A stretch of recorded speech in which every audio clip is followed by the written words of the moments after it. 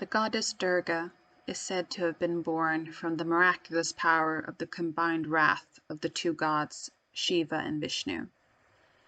The Puranas tell of an epic story of a battle between the Asura demons, led by their king Mahisa, and the gods led by Indra. After the army of the gods was defeated and Mahisa seized control of the power of heaven, Brahma led the defeated gods to seek help from Vishnu and Shiva. From their combined power, the goddess Durga was born. All the gods quickly supplied her with weapons in the hopes that she would be able to defeat Mahisa and his army. After she had routed the army of the Asura, Durga attacked Mahisa, but he had taken the form of a buffalo. Standing on top of the buffalo, she killed it, after which she defeated the demon that emerged from the corpse. In these statues from Java, this is demonstrated by the goddess standing on a buffalo and at times pulling the head of the demon out of the buffalo.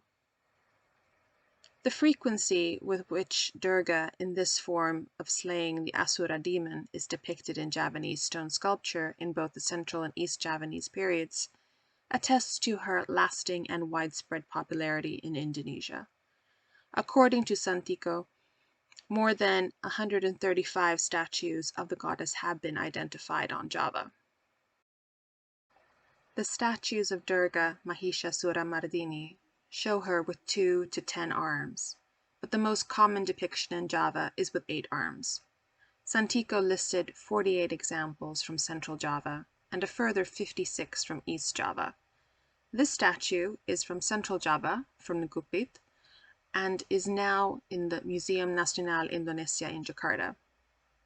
From the earliest Javanese images of the goddess, we see a marked difference in the form of depiction when compared to images from India. As a rule, Indian statues show the goddess in a violent struggle with the buffalo.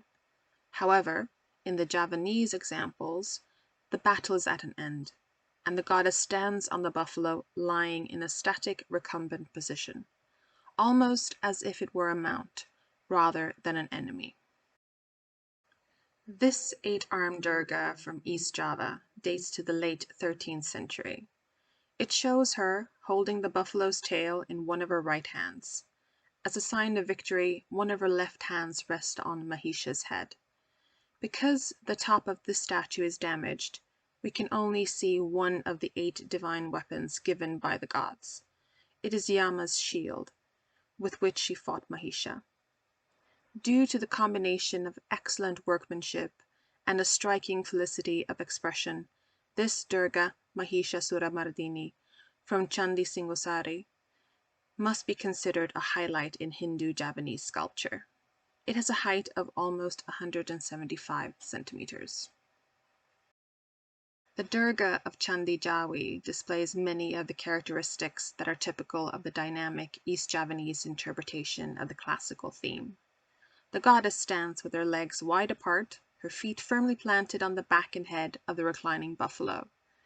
In 3 of her left hands, she holds a conch, a bow, and a richly decorated shield. The lowermost left hand rests on Mahisha's head. In her right hands, she holds a disc, a sword, an arrow, and the final hand holds the buffalo's tail. The halo behind Durga's head show ribbons floating upwards, a common feature in Majapahit sculpture. The image has a height of 94 centimeters.